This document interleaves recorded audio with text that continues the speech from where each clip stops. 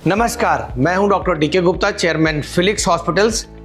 आज हम बात करेंगे एक ऐसी लाइफ सेविंग टेक्निक की जो इमरजेंसी में किसी व्यक्ति की जान भी बचा सकती है। मान लीजिए एक शहर में एक पानी की सप्लाई करने वाला जो मेन पंप है वो अचानक बंद हो जाए।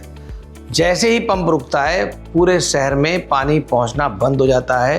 अगर कुछ मिनटों में ही पंप दोबारा चालू नहीं होगा तो लोगों की रोज़मर्रा की जो ज़िंदगी है वो ठप हो जाती है।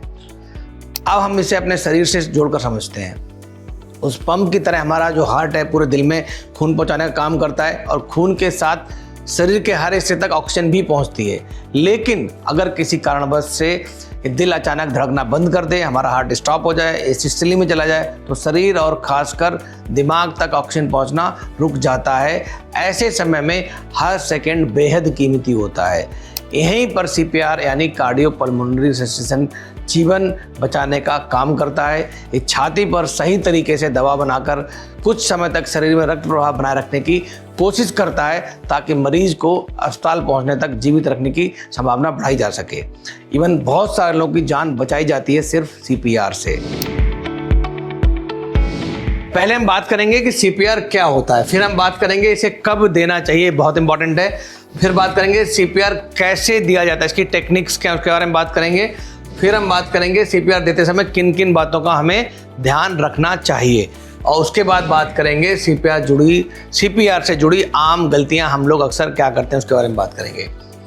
अब हम बात करते हैं सीपीआर क्या है। सीपीआर का जो पूरा नाम है वो कार्डियोपल्मोनरी रिससिटेशन है। मींस ये एक इमरजेंसी टेक्निक है, इमरजेंसी एक लाइफ सेविंग टेक्निक है। ये सिर्फ इमरजेंसी में उपयोग की जाती है और किसी की व्यक्ति की जान बचाने के लिए बहुत ही इंपॉर्टेंट टेक्निक है।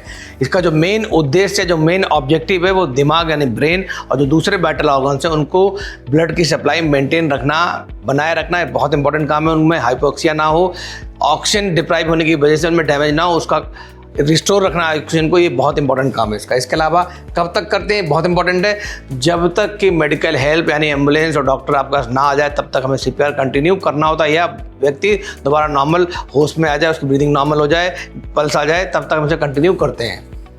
अब हम बात करेंगे कि सीपीआर हमें कब देना चाहिए, बहुत इंपॉर्टेंट है। इसके क्या इंडिकेशंस उसके बारे में। पहला इंडिकेशन क्या है, अगर कोई व्यक्ति अचानक अनकॉन्शियस हो जाए, बेहोश हो जाए, वो पहला इंडिकेशन है।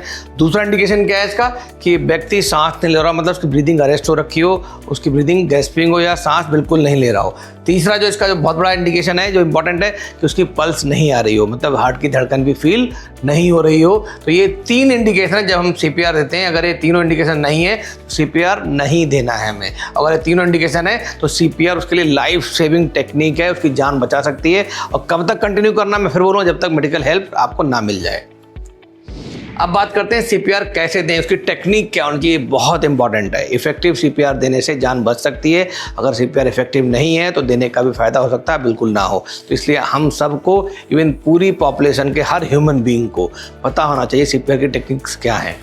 पहला क्या है कि अगर कोई मरीज बेहोश दिखे आपको, कोई सडनली अनकॉन्शियस हो गया, गिर गया चक्कर खा के और होश में नहीं है, तो पहले तो क्या करेंगे, उसको आवाज़ देंगे, उसके कुछ कंधे पे हाथ मारेंगे, मुंह पे हाथ मारेंगे और फिर देखेंगे उसका रिस्पांस क्या है, रिस्पांस दे रहा है नहीं दे रहा है। अगर रिस्पांस नहीं दे रहा है तो इट मीन्स वो बेहोश हो गया है, अनकॉन्शियस हो गया है। तो हमारा दूसरा काम क्या है कि हमें तुरंत हेल्प हेल्प हेल्प चिल्लाना है और एम्बुलेंस को कॉल करना है आसपास के नियरेस्ट हॉस्पिटल में, सो दैट या एम्बुलेंस तुरंत आ जाए, हमें मेडिकल हेल्प मिल जाए। फिर क्या करेंगे, उस मरीज को किसी फ्लैट सरफेस पे ले जाएंगे। अगर मरीज कहीं ऊबड़ खाबड़ जगह पे है, बेड पे है, या कहीं ऐसी जगह चेयर पे है, या ऐसी ज़मीन है जहाँ पे इंडुलेशंस हैं, तो वहाँ पे सीपीआर इफेक्टिव नहीं हो सकता। तो सीपीआर की जो बहुत इंपॉर्टेंट क्राइटेरिया है सीपीआर इफेक्टिव करने के लिए, जो बेस हो जिस पे मरीज लेटा है वो समतल होना चाहिए, फ्लैट होना चाहिए और हार्ड होना चाहिए, सो दैट हम कंप्रेशन जो है हमारे बहुत इफेक्टिव हो जाएंगे। तो मरीज को समतल और सुरक्षित जगह पर ले जाना चाहिए।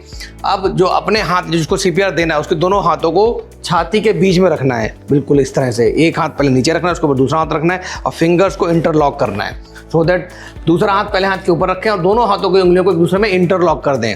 और फिर जो स्पीड होनी चाहिए दबाने की, हमारी छाती को दबाना है, प्रेस करना है, कंप्रेस करना है, वो होनी चाहिए 1 मिनट में 100 से 120 बार। मतलब आप बोल रहे होंगे और गिनती भी गिन रहा होगा कोई बंदा साथ में, आप गिनती करो 1 2 3 4 5 6 7 8, इस स्पीड से गिनेंगे कि 1 मिनट में रफली 100 से 120 प्रेशर या दबाव छाती में बनाने हैं हमें।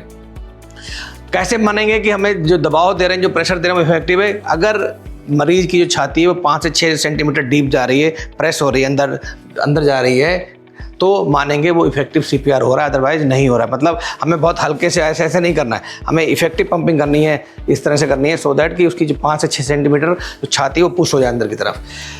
हर 30 कंप्रेशन के बाद, मतलब हर 30 चेस्ट कंप्रेशन के बाद 2 हमें रेस्क्यू ब्रेथ भी देने, ये भी बहुत इंपॉर्टेंट है। अगर रेस्क्यू ब्रेथ नहीं दे रहे हैं तो भी हमें ऑक्सीजन नहीं मिल पाएगी, मरीज को हाइपोक्सिया होने की संभावना रहेगी। तो इफेक्टिव सीपीआर होता है कि छाती कंप्रेस करना 100 से लेकर 120 प्रति मिनट की स्पीड से, और साथ में 5 से 6 सेंटीमीटर तक दबाव बनाना, और साथ में हर 30 चेस्ट कंप्रेशन के बाद 2 रेस्क्यू ब्रेथ देने हैं, ये बहुत इंपॉर्टेंट है। उसके साथ साथ हमें मेडिकल सहायता जब तक नहीं आती है तब तक सीपीआर को कंटिन्यू करना, ये भी बहुत इंपॉर्टेंट है। बहुत बार हम लोग सीपीआर को बंद कर देते हैं, बीच में ब्रेक कर देते हैं, इंटरप्ट कर देते हैं। इंटरप्ट नहीं करना है जब तक मेडिकल हेल्प आपको नहीं मिलती है। अब बात करेंगे सीपीआर देते समय कौन कौन से में प्रिकॉशंस लेने, कौन कौन सी सावधानियां बरतनी, बहुत इंपॉर्टेंट। पहला, घबराना बिल्कुल नहीं है। अगर आप घबरा जाओगे तो मरीज को कौन देखेगा, तो घबराना नहीं है, हेल्प मांगनी है। बहुत इंपॉर्टेंट है कि तुरंत हेल्प मांगनी है, मेडिकल हेल्प के लिए कॉल करना है, 1-2 व्यक्ति को बुलाना है जो आपकी हेल्प कर सकें, मरीज को सही जगह शिफ्ट करना है, समतल सर्फेस पर शिफ्ट करना है, बिकॉज बहुत सारे लोग समतल सर्फेस पर शिफ्ट नहीं करते हैं, प्लेन सर्फेस पे, हार्ड सर्फेस पर शिफ्ट नहीं करते हैं, तो इफेक्टिव सीपीआर नहीं होता है। छाती पर सही जगह दबाव बनाना है, मतलब जो स्टर्नम का एरिया है उसके लोअर पार्ट पे हमें दबाव बनाना है, ये बहुत इंपॉर्टेंट है। लोकेशन क्या है आपकी, दबाव की गति, मतलब हमें गति जो है 100 से 120 प्रति मिनट होनी चाहिए, बहुत इंपॉर्टेंट है। और जो कंप्रेशन है, जो प्रेशर है, जो गहराई जहाँ तक जाती छाती, वो 5 से 6 सेंटीमीटर डीप होना चाहिए, ये भी बहुत इंपॉर्टेंट है। हमें बार बार रुकना नहीं, अगर आप थक जाते हो तो दूसरे व्यक्ति को बुलाओगे, वो आपको रिप्लेस करेगा, फिर उसका वो सीपीआर कंटिन्यू करेगा। मतलब बार बार सीपीआर को स्टॉप नहीं करना, उससे क्या होगा, हाइपोक्सिया की संभावना बढ़ जाएगी। यदि एडी डिवाइस आपके आसपास उपलब्ध है उसका उपयोग करें, उससे आप शॉक देके मरीज को रिवाइव कर सकते हैं। इसके अलावा फिर मैं बोलूँगा सीपीआर कंटिन्यू करना, कब तक कंटिन्यू करना, जब तक आपके पास कोई मेडिकल हेल्प नहीं आ जाती है। क्या सीपीआर से जुड़ी आम गलतियां लोग करते हैं, बहुत इंपॉर्टेंट है। पहला, सीपीआर शुरू करने में देर करते रहते हैं, वो देखते रहते हैं कि बेहोश है, मारेंगे, पानी डालेंगे, सुंघाएंगे, चप्पल सुंघाएंगे, गोबर सुंघाएंगे या कॉल करेंगे, बट सीपीआर शुरू नहीं करेंगे। तो सीपीआर शुरू करना अर्जेंट होता है। अगर पेशेंट अनकॉन्शियस है, ब्रीदिंग स्टॉप है और उसकी पल्स फीबल है, पल्स नहीं मिल रही है आपको, तो हमें सीपीआर तुरंत स्टार्ट करना है। जब भी हम सीपीआर करते हैं तो हमें देखना है कि हमारी जो पोजीशन हाथ की वो ठीक होनी चाहिए, एक हाथ दूसरे हाथ के ऊपर होना चाहिए, फिंगर्स को इंटरलॉक करना है, और जो दबाव है वो इफेक्टिव बनाना है, मतलब 5 से 6 सेंटीमीटर तक डीप आपको प्रेस करना है, ये बहुत इंपॉर्टेंट है। जो नंबर है वो बहुत इंपॉर्टेंट है। 100 से 120 नंबर्स में हमें 1 मिनट के अंदर करने में कंप्रेशन करने, 100 से 120 कंप्रेशन 1 मिनट के अंदर करने, ये बहुत इंपॉर्टेंट है। इसके अलावा सीपीआर को बार बार रोकना नहीं है, ये भी बहुत इंपॉर्टेंट है। एम्बुलेंस बुलाने में देरी करना, लोग हेल्प नहीं मांगते तो चिल्ला के हेल्प मांगनी है, एक व्यक्ति को बोलना है हेल्प, पेशेंट को शिफ्ट करेगा, दूसरा व्यक्ति एम्बुलेंस को कॉल करेगा, तो एम्बुलेंस को बुलाने में देरी करना, ये भी बहुत बड़ा एक रिस्क हो सकता है कि अगर सीपीआर देर तक करना पड़ा तो भी मरीज के जो कॉम्प्लिकेशन है वो बढ़ जाते हैं, या सीपीआर इफेक्टिव बहुत बार नहीं होता देरी तक। एक बात और है, बहुत इंपॉर्टेंट है कि कब तक सीपीआर करना, जब तक मेडिकल हेल्प ना आ जाए या मरीज होश में बिल्कुल ना आ जाए। अगर मरीज होश में आ जाता है तब हम सीपीआर बंद कर सकते हैं, अगर मरीज होश में नहीं आया तो सीपीआर हमें बंद नहीं करना है। तो आपने समझा, सीपीआर केवल डॉक्टर्स या पैरामेडिकल स्टाफ के लिए ही आवश्यक नहीं है, बल्कि हर व्यक्ति, हर नागरिक के लिए एक बहुत महत्वपूर्ण लाइफ सेविंग स्किल है, क्योंकि हम सब जानते हैं सही समय पर दिया गया सीपीआर किसी व्यक्ति की जान बचा सकता है। तो इसलिए यदि आपके सामने कोई व्यक्ति अचानक बेहोश हो जाए, अगर उसकी सांस नहीं आ रही है, कार्डियक अरेस्ट जैसा लग रहा है आपको, तो घबराना नहीं है, तुरंत आपको इमरजेंसी मेडिकल हेल्प के लिए कॉल करना है, आपको हेल्प मांगनी है और आपको बिना देर किए सीपीआर स्टार्ट करना है। तो आज के लिए बस इतना ही। अगली बार फिर शनिवार को आप सभी से मुलाकात होगी, तब तक के लिए नमस्कार।